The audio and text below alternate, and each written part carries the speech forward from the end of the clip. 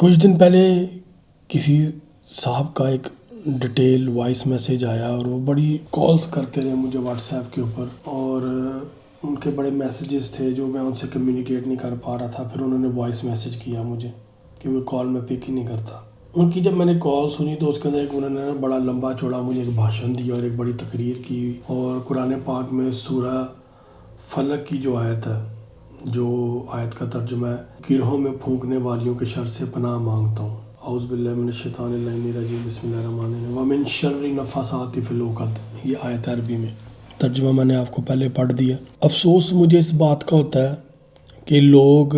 قرآن پاک کے ترجمے کو پڑھ کے اس کی جو تفسیر ہے جو اہل بیت علیہم السلام نے بتائی ہے، رسول خدا صلی اللہ علیہ وآلہ وسلم خاتم النبیین کے جو گھرانے نے ہمیں جو قرآن پاک کو ایکسپلین کیا ہے اور ہمیں اس کی باقاعدہ تمام ائمہ نے جو تفاسیر بتائی ہیں، ہم ان کو نہیں پڑھتے۔ ہم یہ عام لوگوں کو، عام مولویوں کو پڑھ کے تو ہم جو ہے وہ پھر فتوے بازی اور اپنی جو ایک ذاتی رائے وہ قائم کرنا شروع کر دیتے ہیں۔ اب اس آیت کے ترجمے میں دو چیزوں پہ اشارہ ہو رہا ہے کہ جادو عورتیں کرتی تھی اس دور میں بھی، اور آج بھی یہ زیادہ مقبول جادو عورتوں میں ہی پایا جاتا ہے۔ دوسری بات یہ پھونکنے والیوں کے شر سے۔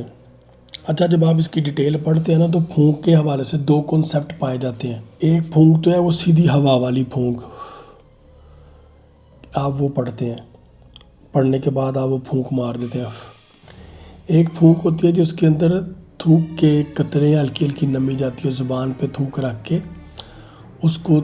اس سے پھونک ماری جاتی تھی۔ اچھا، جو جادو ہے نا، جادو میں جو پھونک ماری جاتی ہے، ایک تو وہ چیزوں پہ گرے لگا کے، دھاگوں پہ، یا موم کے پتلے یا پلاسٹک کے جو بھی پتلے ہیں ان کے اندر جو سوئیاں ڈالتے ہیں اس وقت پھونکیں ماری جاتی ہیں، سوئیوں پہ ان چیزوں کے اوپر جو پھونکیں ماری جاتی ہیں، یہ وہ پھونکوں کا ذکر آ رہا ہے۔ ان پھونکوں میں اپنی پھونک کے ساتھ تھوڑا سا تھوک کا بھی استعمال کیا جاتا تھا، آج بھی کیا جاتا ہوگا۔ جو روحانی لحاظ سے پھونک ہے نا، جو اللہ کا کلام پڑھ کے، اللہ کے کلام کی کوئی آیت پڑھ کے، سورت پڑھ کے، اہل بیت کا نام پڑھ کے، نعت علی پڑھ کے،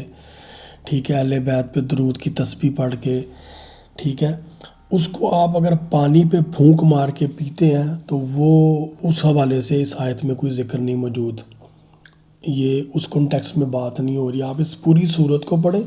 سب سے پہلے آپ سرچ کریں سورہ فلق اور سورہ الناس کیوں نازل ہوئی تھی اور کب نازل ہوئی تھی، یہ پوری ہسٹری پڑھیں، اس کا پورا واقعہ پڑھیں۔ لبید بن عاصم یہودی، اس نے جو رسول خدا صلی اللہ علیہ وآلہ وسلم خاتم النبیین پہ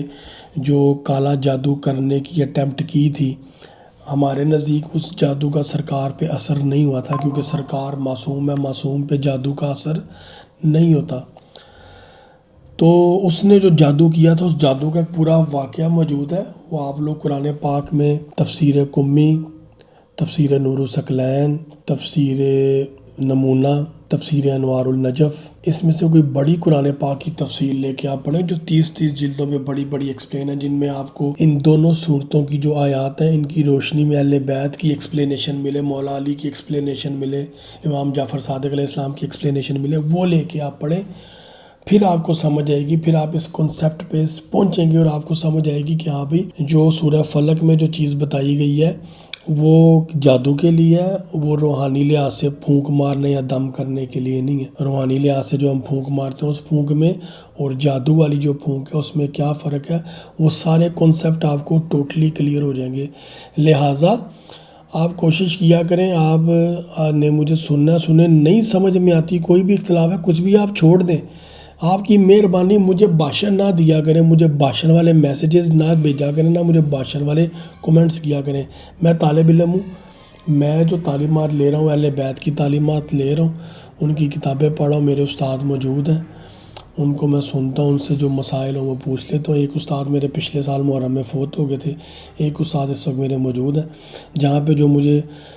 پوچھنا ہو میں ان سے پوچھ لیتا ہوں۔ لہٰذا میرا استاد بننے کی یا کوئی آپ کو کچھ بھی کرنے کی ضرورت نہیں ہے، آپ کی مہربانی۔ میں قرآن پاک کو اردو سے پڑھتا ہوں، اہل بیت کی تعلیمات کو فالو کرتا ہوں، میرے لیے اتنا ہی کافی ہے، اس سے آگے مجھے جانے کی ضرورت نہیں ہے۔